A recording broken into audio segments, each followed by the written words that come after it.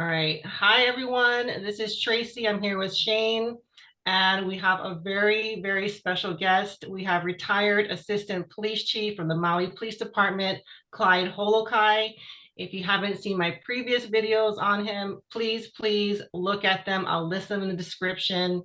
But he is here to go on the record and clear up some things regarding everything from what went on at Maui Police Department before the incident on August 8th, some things that went on afterwards, and just go into some of the evidence we found that supports corruption and collusion within the Maui Police Department. So everyone, please welcome retired Assistant Chief Clyde Holokai. So Clyde, thank you so much for being here. This is one of the highlights of the whole journey that I've been on. So just in case some people are not completely familiar with you, tell us a little bit about your background, your experience, and why you are coming on record and talking. Hey, good morning, everyone. Thank you for the opportunity, Tracy. I appreciate it, and what you're doing is really important. Born and raised Maui. I have 3 kids that I was raising here also. I had 28 years with the police department at the time I retired. Been blessed to have worked in various areas from patrol to CID as a detective, back as a captain, district commander for Wailuku, Kihei,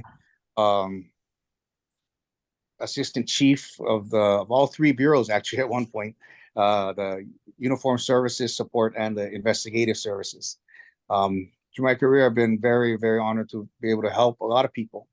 And why I'm speaking out is because a lot of people right now are afraid to.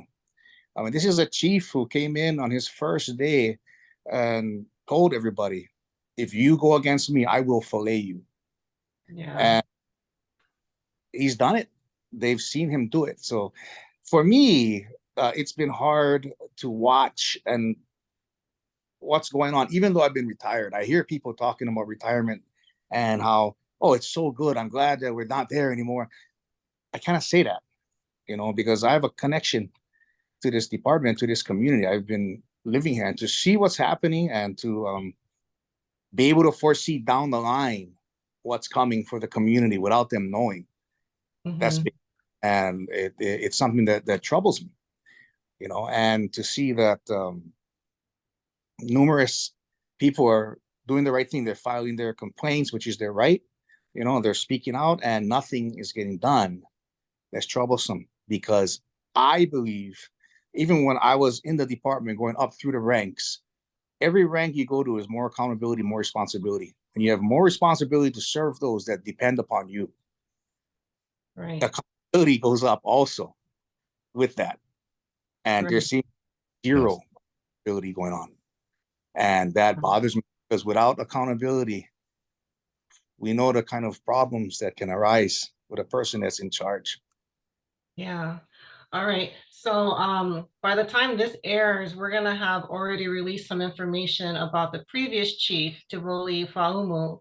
So can you tell us a little bit about what he was like and how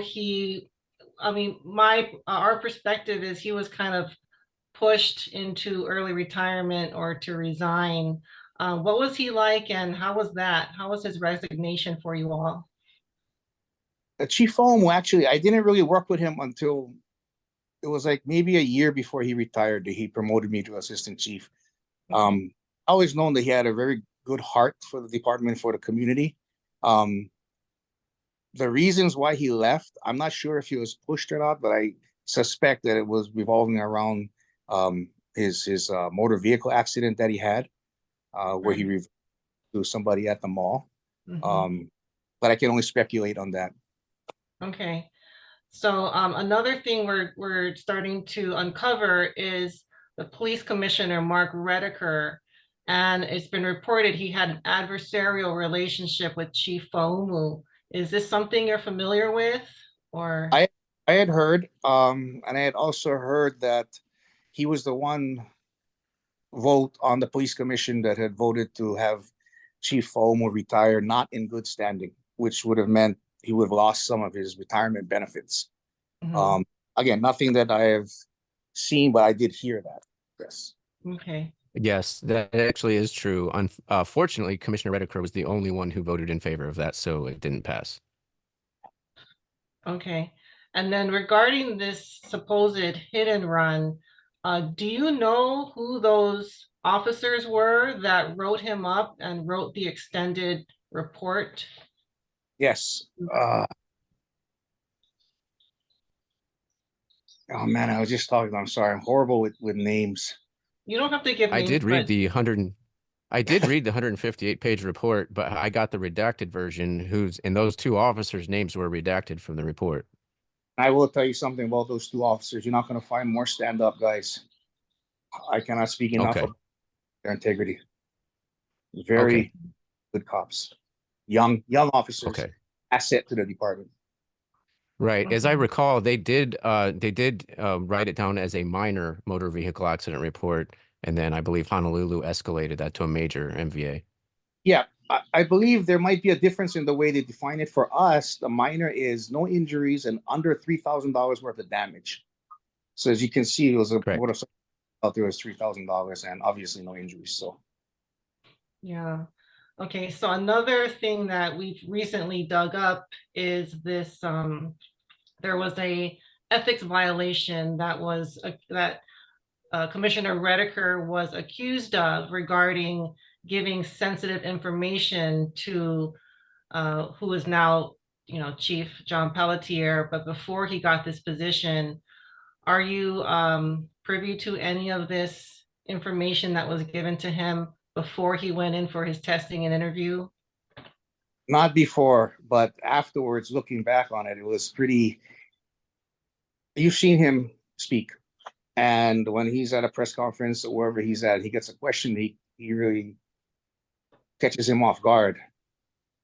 It's Mhm. obvious. In that interview for the chief, there was nothing that caught him off guard. He was smooth. You know, Yeah. we'll say that definitely. Okay. So another thing that is really catching people's attention and is very questionable is the salary commission wanted to wait 6 months in order to consider a raise for Chief Pelletier. He asked for it 50 days after his start date, which a lot of people pushed back on. So what do you think, or why do you think the commission gave him this? It was actually 46 and change, 46,000 more on top of what he started with. I will say this in my own opinion. I've been in front of that commission, the police commission at times, and it always appeared like they wanted more and more control of the department. That is against their bylaws. They're not to have any sort of say in operational day-to-day business of the department. They fired, they hold accountable the chief, period. Out of Mark Redeker's own mouth, he did say that he has accomplished everything we have asked him. It's in the Yes, he did say that. So what are Okay, you so asking? And if he's accomplished it, what are they doing? They're running the day-to-day. Okay, so all right. Shane, was there something else you wanted to Well, I add? did want to revisit Mark Redeker really quickly. I wanted to ask if you think the commission itself was colluding with Redeker, or did Redeker simply tell Pelletier what to say to win them over without their knowledge? There were certain commissioners who would look down and not pay attention when any other candidates were speaking and would drop everything as soon as Pelletier started talking. Not, but it was Okay. towards the end. Okay, So I didn't know that. All right, Shane, is there, I gotta pull up my questions. There's something else before we move on to Terry Jones? Commission. Not really. I mean, I did have one question about the salary commission, like why they didn't wait 6 months, but you probably aren't privy to that information anyway. yeah, I'm not, and I don't. Yeah, I don't understand. Okay, oh, something about the complaints. So we did find out, and I believe yours was one, you and Hankins made official complaints within his first 8 months on the job. He already had at least 7 official complaints. Um, and the commission, you would expect them to do something to him. Did they do anything? And if they didn't, why? None. They did nothing to him. Well, I will put it this way. First of all, they said that the complaints were not, were unfounded. And that's not true. They were Right, sustained. Um, Now, with those types of complaints, we need to understand that they're special in the fact that they were hostile work environments, harassment in the workplace. It's supposed to be zero tolerance, which means you're done. I want to say a year or maybe a year and a half before he came, there was a prosecutor who got in trouble. He had one complaint of a hostile work environment. It got sustained and he was fired. yeah. Now here you buddy with 7. Mm-hmm. If all of them were sustained, but I know for a fact at least 2 were. And they said at the time, the chair of the commission said, well, it's not sustained, it's unfounded. However, we will give him a coach to help him with his way of, what's just the wording he used? Management. Mismanagement, exactly, his management skills. That coach was never hired. Well, first of all, if you have a chief who needs a coach, is he ready to be chief? I've been through many chiefs at the police department, and there's a learning curve for all of them, but not one had to reach out for a coach, which who's going to pay for that? The county, the taxpayers. And I want to say it, if we have a chief who needs a coach on his management skills, is he ready? Right, Wow, absolutely not. right. I've never heard of a chief coach. Yeah. Yeah. So I remember they put it in the Maui News how none of the complaints were sustained. That's a lie. It was. It Right. was. All right. So about the hostile work environment, you've been working for him. It's been a little bit, and I know I saw your interview about how the stress was getting to you, the stress, the weight loss, and just how much it affected your life. I think a lot of us can kind of commiserate with that. Maybe not as bad as what you were experiencing, but what was the last straw that made you say, "I'm retiring, I can't"? So at that time, I was in charge of the Uniform Services Bureau, which is in charge of patrol all the districts. Um, there was an officer, a recruit. Now, when you're a recruit, you go through 4 phases of field training. Each phase you have to pass in order to get to the last one, which is the final phase. If you fail each one, you get 1 retry. If you fail the retry, you're done. Every single time you fail, you have to write what we call a to-from or a report up to the chief saying, I understand that I failed this phase. I will try again. If I don't make it, I understand that I will be terminated. And it lists the reasons why, along with the coach's reasoning. Now, I've been a field training officer. I've been a sergeant in the field. I've been a lieutenant, a commander, watch commander in the field. I understand how important it is to groom young people to become officers. At the same time, there's certain things we really look out for. Not responding to training is one of them, especially in the areas of officer safety. That's something that can get the officer or somebody in the public hurt or killed.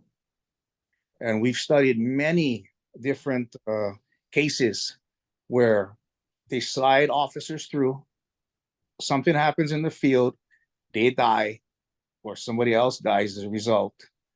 And then you look at their training regimen, you realize they should never have been passed.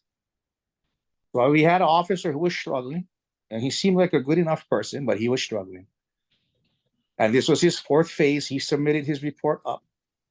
And each time he was failed based off of officer safety issues. And again, not responding to training.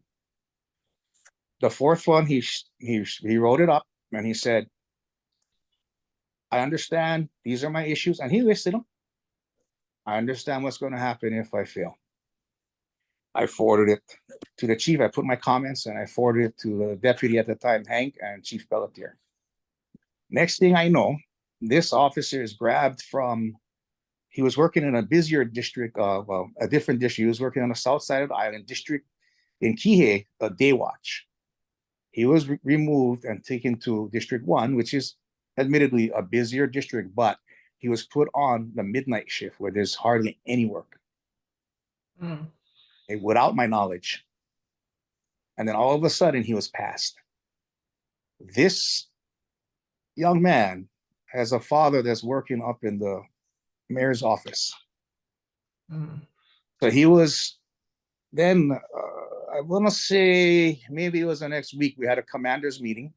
All the commanders sitting there, including also a representative from Corporation Counsel, Moana Luti. And the chief turns to us and starts talking about this guy, this young officer, and says how it was ridiculous how he was being failed just because he didn't know how to handcuff people. That is a lie. I saw the paperwork. So what the chief did was he said, what I did was I taught him how to handcuff and I put him back on the street. Now, there's a couple of things with that. Right off the bat, you see is wrong, right? That's not the issue. Okay?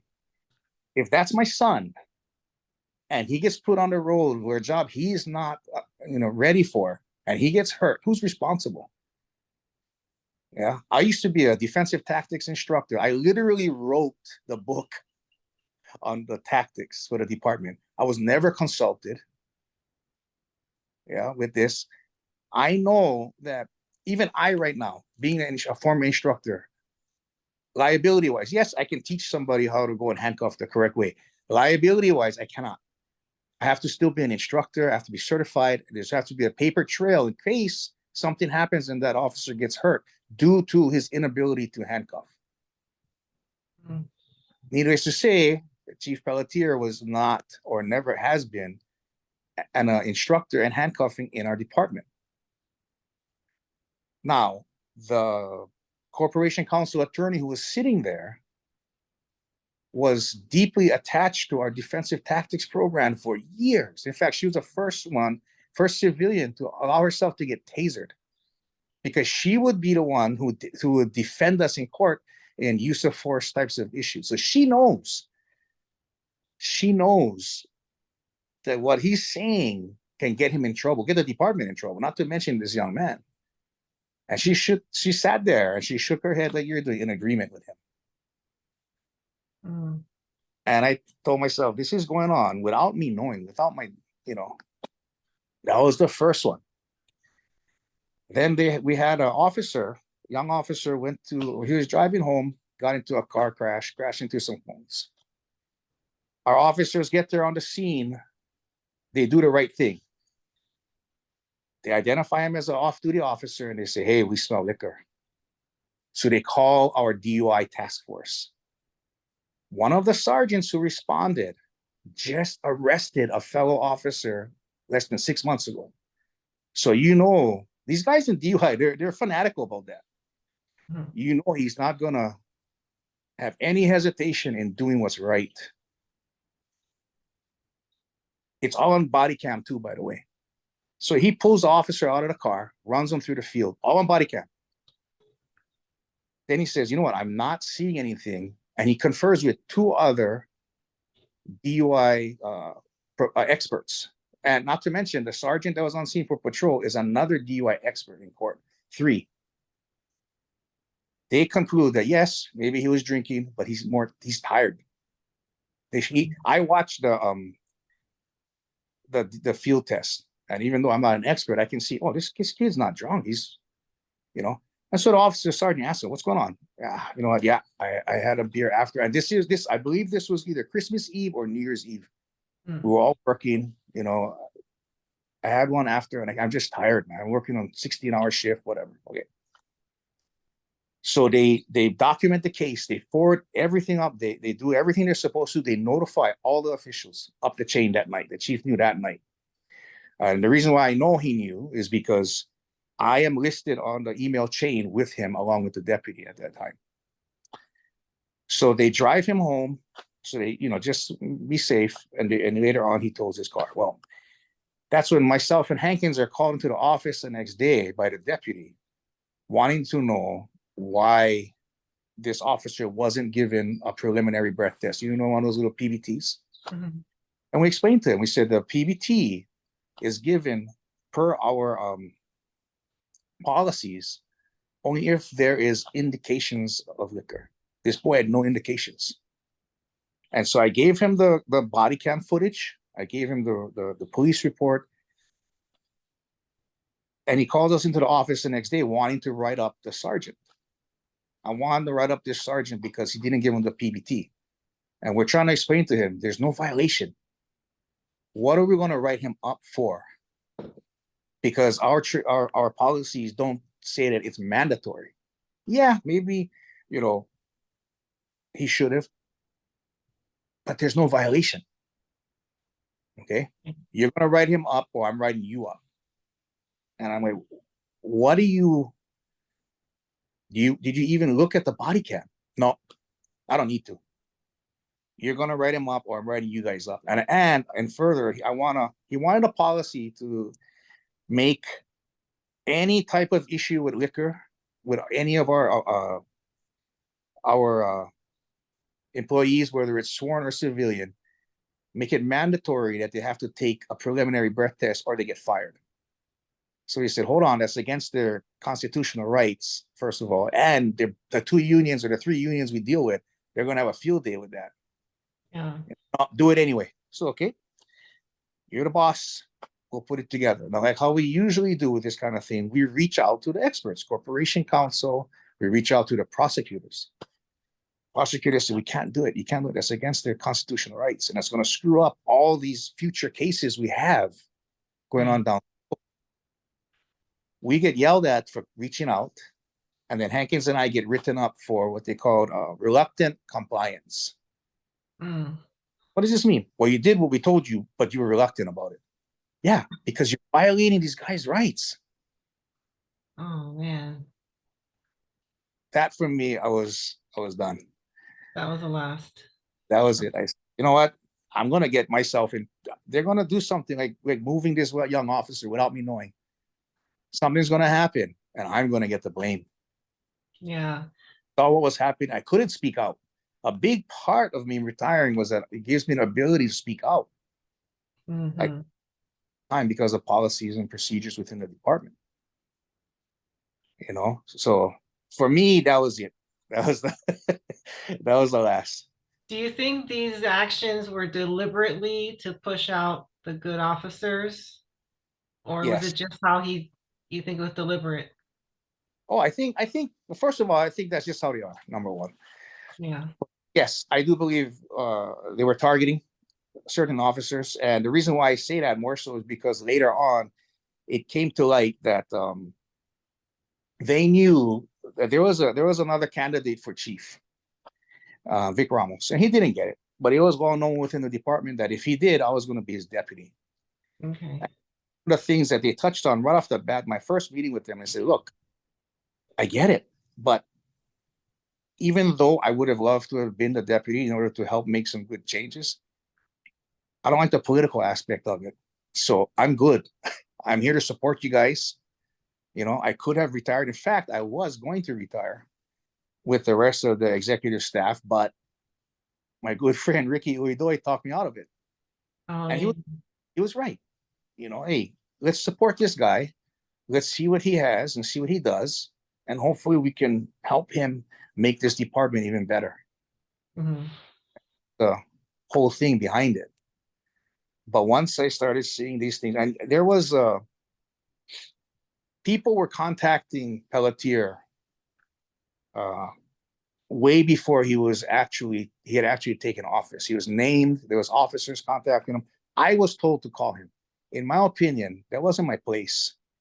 No, culturally, Hawaii and Vegas is very different. And not that one's better than other. It's just different.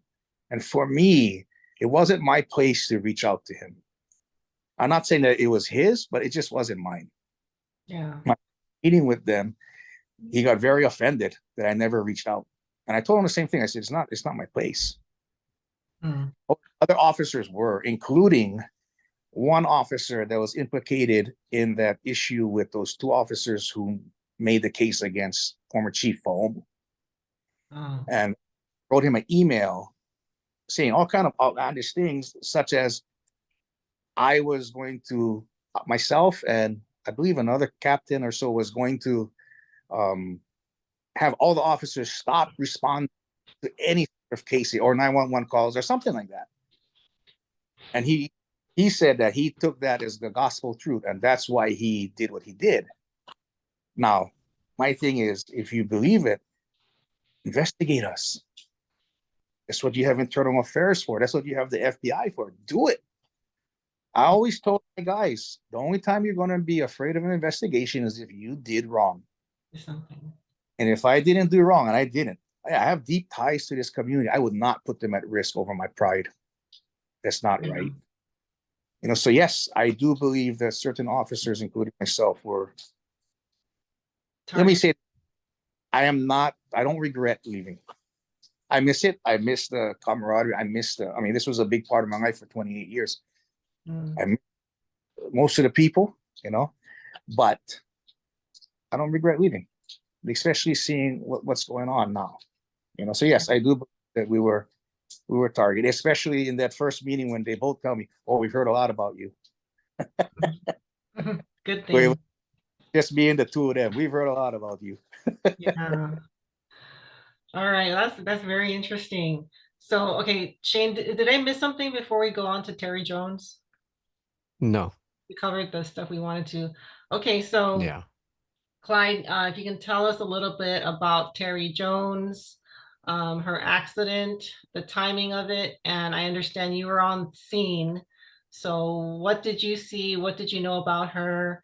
And, you know, how did that experience of seeing her accident scene, you know, seem to you? You know, when you go to a scene, you're on cop mode. It hit me later, but at the scene, we have stuff we got to do. You know, you don't think about it until it did hit me hard later, because she is somebody we all came up in the department. She is somebody who would bend over backwards. I did see a change in her when Pelletier took over, and from what I understand, she was delivering mail. She had her purse. I believe she pulled over on the side of the road to take a nap. It was very early in the morning. Somebody reached into the car, took the purse, and a chase ensued. And she was chasing the person. They came down this one stretch right in front of King Kikalike High School, sharp right, and she was going too fast. Hit the tree, and she went through the window, the front windshield. Mm. We get up there, and the deputy and the chief are there, and they're asking us. They wanted to make a homicide case, and we're telling them, we checked with our prosecutors. It's not going to fly because she's chasing the other person.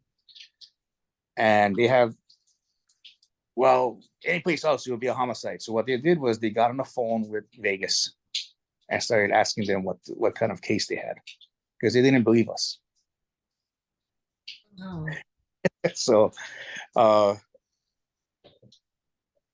now, mind you, these are the same people during our first commander's meeting who yelled at Terry in front of everybody.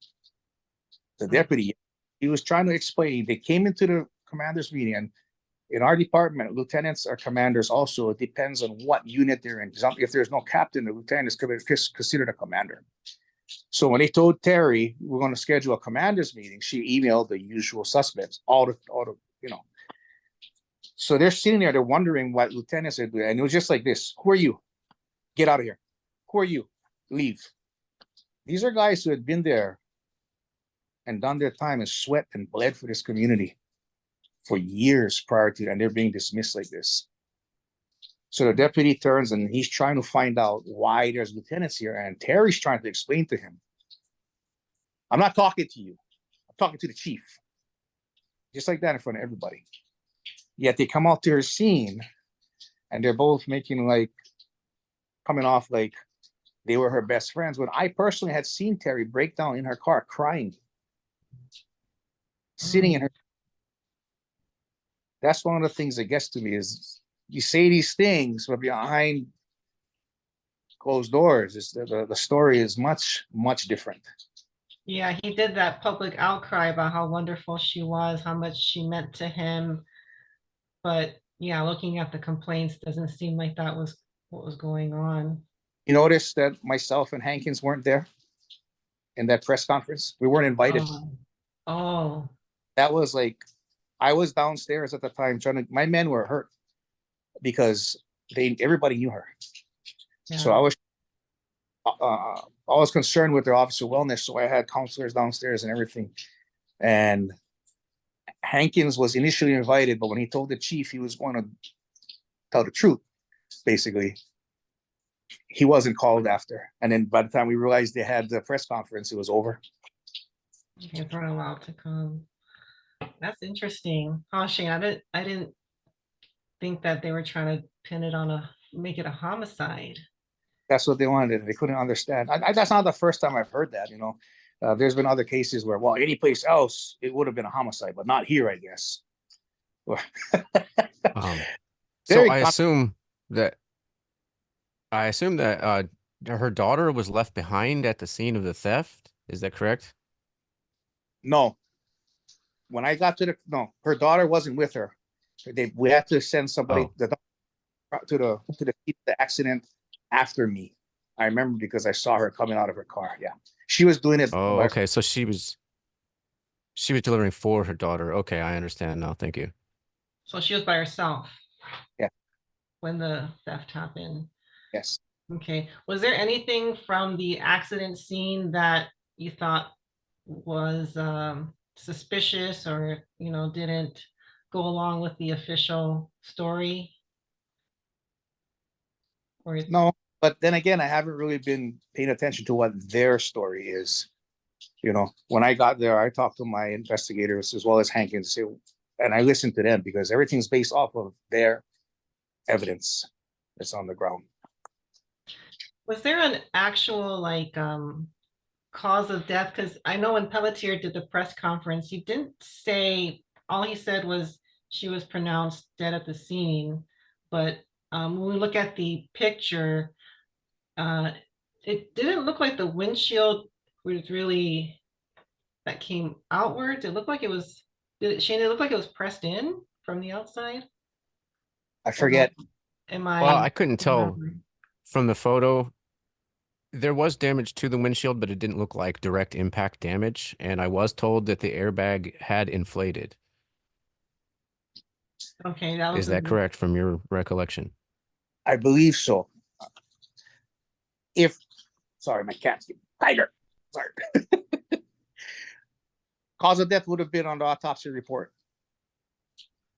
Did you get a chance to see the report? Yes, but I forget what it said as far as the cause of death. That you would have to check with Hankins. Okay. All right.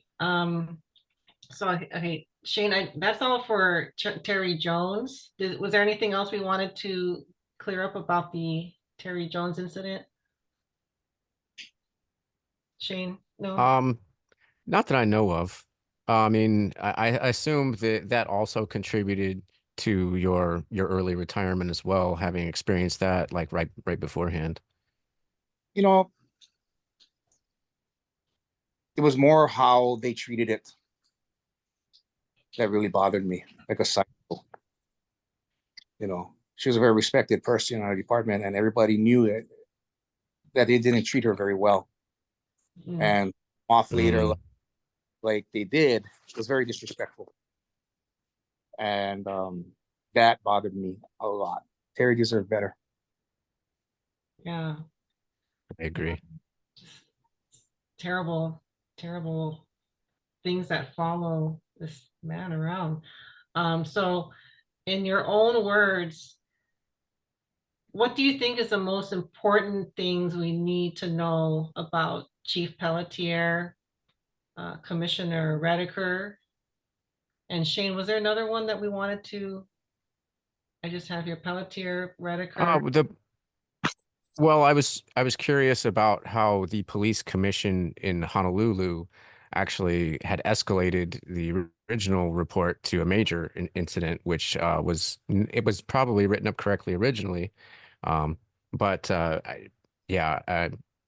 everything that's uncovered since then, it seems to be more pressing and more of a priority, actually. So I guess at this point, our question would be, what do we need to know about Pelletier, Redeker, MPD, or even the Honolulu Police Commission, and what actions should be taken for recourse and accountability? We're just hoping that everybody just wants the police commission to give a fair look into these complaints that are coming out. I mean, they just fired the head of the HR. There was no write-ups, no investigation. And one of the reasons that's listed in writing was that she had filed complaints against the chief. That's her right. That's her complaints. Anything taken because of that course of action is retaliation. Yes. And the thing is, if you look at the write-up or the reasons, there were reasons like, oh, you said you don't respect the chief. Come on. I've worked with this lady.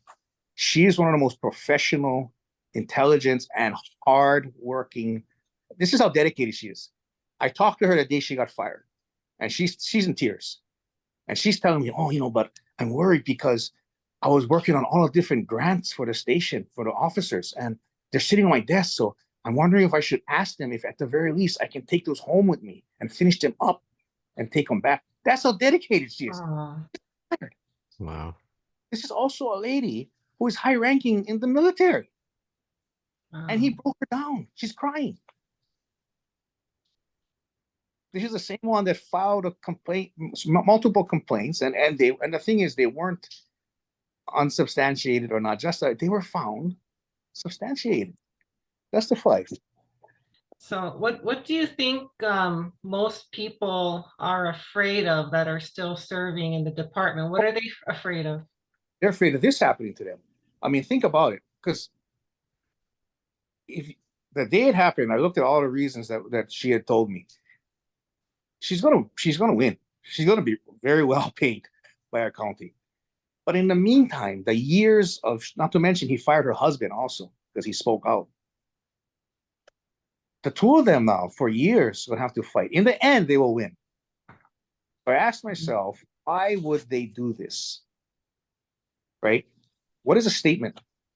The next day, he had his chief of staff and others going to the different stations telling everybody, did you hear we fired Melissa? Did you hear we fired her? Did you hear we fired her? Why is this? Making an example. Making an example of what happens when people speak out. People are afraid. He holds their livelihood in their hands. In the first meeting, he told us, if any of you go against me, I will mess with your retirement.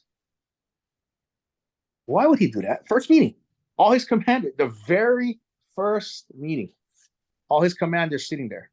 Now, these are the people the day before, when his deputy and he and I talked, I told him, yes, because he was upset that prior to him coming in, we had 2 meetings of all the commanders. This is the first time, right? This is exactly what I told him.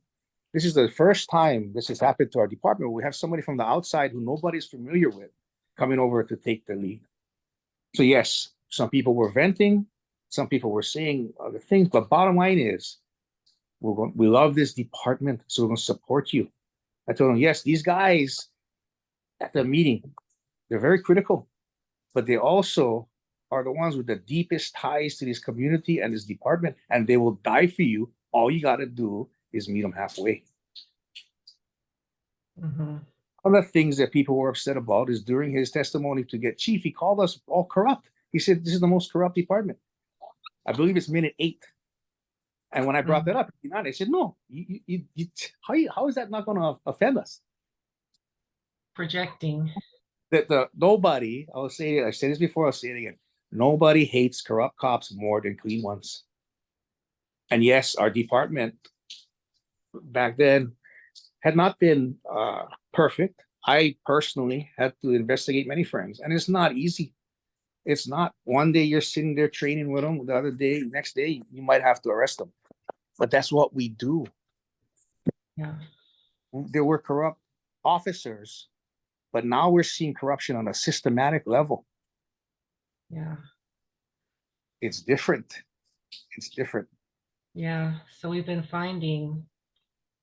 Yeah. So I guess we could kind of wrap it up. I think we've been, yeah, this has been a pretty good, a good amount of information. Is there anything else that you want to share with my audience? Any last words or? Yes, we still have, I know we use the word corrupt a lot, and I just want to say, we still have a lot of good cops out there. And not just cops, but the women and the men that make up the department that are not sworn, from the secretaries, the clerks, to the evidence techs, to the records people, and the dispatchers. They work really, really hard. The dispatchers, when there's an emergency, on their own, they report to the station. They don't even have to be called. And these are people who are overworked already. Our officers in Lahaina that night, they proved themselves. Where was the chief? It's like I was talking to one of my friends that night that had work, and he goes, it's like going into the Super Bowl on your first string, you don't want to play. Where's it? His ACs. Those are the leaders they need. Our county really does not understand at this point yet the peril that it's in if it continues going this way. But I don't want them to think that when we say corrupt, when we talk bad about the department, that it's the whole department. You have a lot of good people who are still there. Unfortunately, though, you have a lot that are thinking of leaving. Yeah. Those are the ones that you got to keep because they have the integrity and they're like, this is not happening. I can't be a part of this anymore. Yeah. In a busy year, we used to have 3 retirements tops in a year. In 6 months, he had 12. Wow. All that knowledge. Those are guys who fought those other fires, by the way. Gone. So I want our people out there to know that we still have guys and women who bleed blue and they bleed for the community. And so I'm speaking out. I miss those people. I want to be with them. I know they're struggling. I care about the community. My kids raised here. I grew up here. I don't want to see where it's going. We've seen what's happened in the mainland when things turn this way. Yeah. And at this point, he's still trying to hire guys from Vegas. Yeah. We have enough local talent. The local people are invested. They know how to, they know the different cultural aspects, which is something Chief has failed and refused even to embrace. Yeah. He can throw out Hawaiian words, though. Yeah, we noticed. Get a tribal that doesn't make you Hawaiian. No. That's amazing. So thank you so much. I wasn't expecting, I know you still have deep ties to the department. So I really appreciate you pointing that out because there's kind of this movement in the country, like, cops are bad and everything, but it's not always the case. So I really appreciate you saying that. And thank you so much for your time. If you would be willing to come on again, we'd love to have you back on.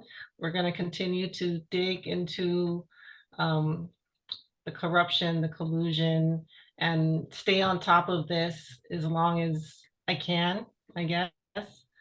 Keep going. So, appreciate the two of you. You're needed, and we appreciate you. Thank you so much. Thank you. So thank you, Clyde. Thank you, Clyde. I'm going to stop recording, but we'll keep you on. So thank you.